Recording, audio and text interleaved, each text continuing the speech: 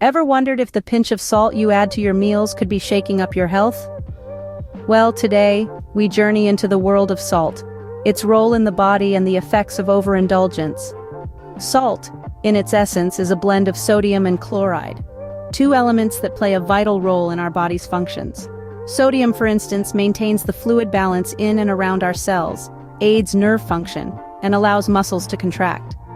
Nevertheless, an overdose of sodium can disrupt this delicate balance, leading to health complications.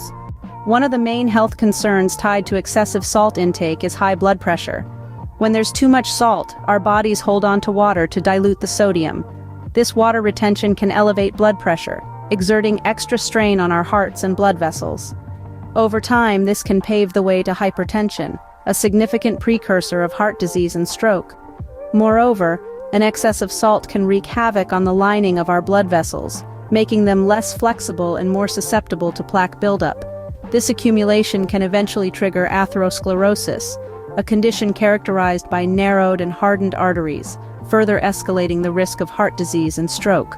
Our kidneys, responsible for regulating sodium levels, can also be victims of excessive salt consumption. An overload of salt forces the kidneys to work overtime to eliminate the surplus sodium. In the long run, this can strain the kidneys, raising the risk of kidney damage and kidney stones. Beyond blood pressure and kidney health, a high-salt diet has been linked to other health problems, including osteoporosis, stomach cancer, and fluid retention. So, just how much salt is it safe to consume per day? The World Health Organization advises adults to limit their intake to less than 5 grams of salt, or about 2,000 milligrams of sodium, daily. Yet many exceed this limit, often unknowingly, given the prevalence of salt in many processed and packaged foods. So how can we reduce our salt intake and dodge the potential health hazards of high salt consumption? First, make a habit of reading food labels. Look out for the sodium content and opt for lower sodium choices whenever possible. Go for fresh or minimally processed foods. Second, cook at home more. This gives you control over the amount of salt you add to your food. Experiment with herbs, spices, and other flavorings to enhance your meals without leaning on salt. Third, limit processed foods. Processed and packaged foods are typically high in sodium, as salt is a popular preservative and flavor enhancer. Cut back on processed meats, canned soups, sauces, and other convenience foods. Fourth, be cautious with condiments.